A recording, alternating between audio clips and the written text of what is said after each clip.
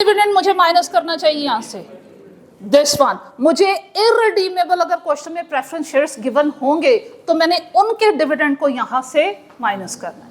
जब माइनस करूंगी तो मेरे पास क्या आएगी, earning available to ordinary shares holder divided by, किससे करना चाहिए, मुझे एक शेयर की अर्निंग फाइंड आउट करनी है, इसलिए किससे डिवाइड करना चाहिए, नंबर ऑफ शेयर्स से। लेकिन मैंने नंबर ऑफ शेयर्स कौन से लेने हैं, उसको कहा जाता है weighted average outstanding number of shares. अब इसमें न्यूमरेटर तो आपको क्लियर है, ये डिनोमिनेटर क्या है, ये weighted average number of shares क्या होते हैं, weighted average outstanding number of shares क्या होते हैं।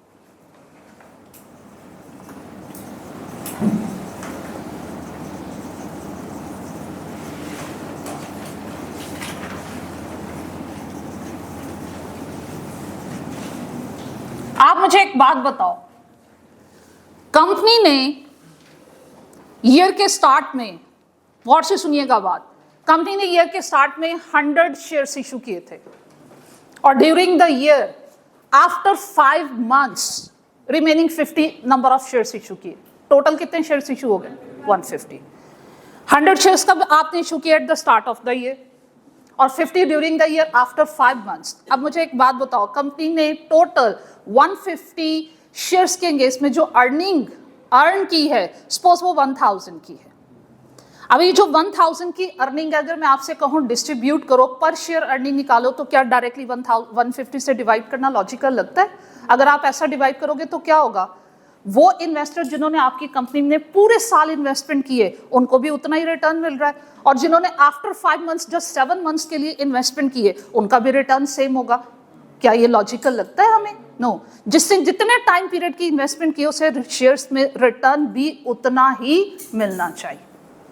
इसके लिए हम क्या करते हैं, हम इसके लिए क्या करते हैं, weighted average outstanding number of shares find out करते हैं। और कैसे करेंगे, ये आप प्रीवियस किसी चैप्टर में अगर आपको याद हो कर आए हुए हो, वो टाइम पीरियड बताता था आपको, मेरा ख्याल है statement of changes in equity में हमने ये बात की थी।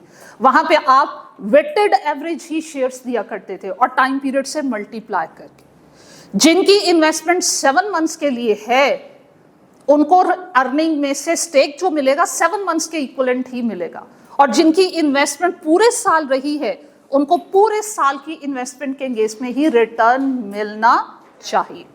इसलिए सिंपल नंबर ऑफ शेयर्स आपने नहीं लेने, आपने कौन से लेने, weighted average outstanding number of shares लेने। और इसको कैसे कैलकुलेट किया जाता है, X number of shares, X number of shares ले लें, या जो आपके पास ईयर के स्टार्ट में थे वो नंबर ऑफ शेयर्स लीजिए। 1 मिनट प्लीज। अक्सा पॉज ने